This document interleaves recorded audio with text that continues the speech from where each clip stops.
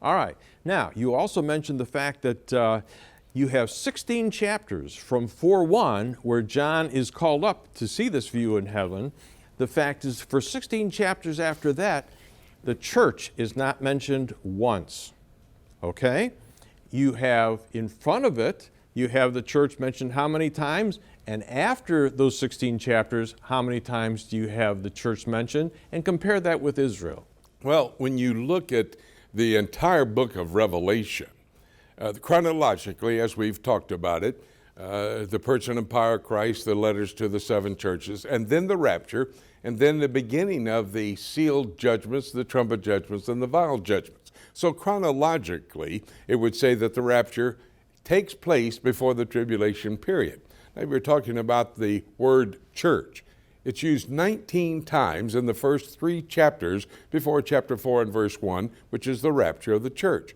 Following chapter 4, verse 2 through 19:10, the word church is not used again. Now, it is used ultimately one more time over in chapter 22. That is not dealing with the local church that we're talking about in the context of chapter 4. But the thing is, Jimmy, that not once, it's zero, nada, nothing. There is never a mention of the church for 16 chapters, and you have to ask yourself, what happened to the church when Israel and these others are mentioned? Yes. Okay? And the fact is, we conclude that you have, for example, Revelation 3:10, which Jesus himself told the church of Philadelphia, since you have kept my command to endure patiently, I will keep you from the hour of trial. Listen to these words, the hour of trial that is going to come on the whole world to test the inhabitants of the earth. If that's not a description of the tribulation period of the 16 chapters that are in the book of Revelation, I don't know what is. And what he says there, let's go back over that, what he said, I will keep you from, not take you out of. In other words, the church is not going into the tribulation period for any amount of time and then be taken out. Paul talked about that same thing when he was explaining to the people in Thessaloniki. They had written him a letter. They thought the rapture had taken place. In chapter 4 of 1 Thessalonians, 13 to 18, he describes the rapture. He gets to chapter 5, and he reminds them that when he was with them, he taught them about the day of the Lord. Let me read, if you would, okay?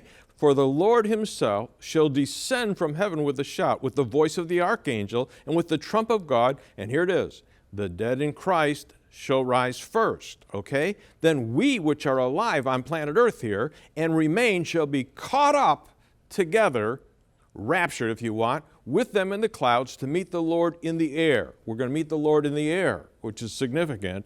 And so shall we ever be with the Lord. And I put that with John 14.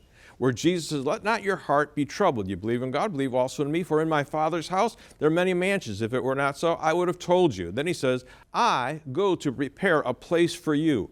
And if I go to prepare a place for you, I will come again and receive you unto myself, that where I am, there ye may be also. I get the idea that Jesus is coming for us, and he's coming to us to bring us to heaven, so that where he is in heaven, we'll be there. Other views suggest Jesus is going to come. We're going to make a U-turn and come back to earth again. We're not going to spend time with him in heaven. I don't believe these verses are saying that. I think we'll be in heaven during that 7-year period of tribulation, and I think these verses outline it clearly.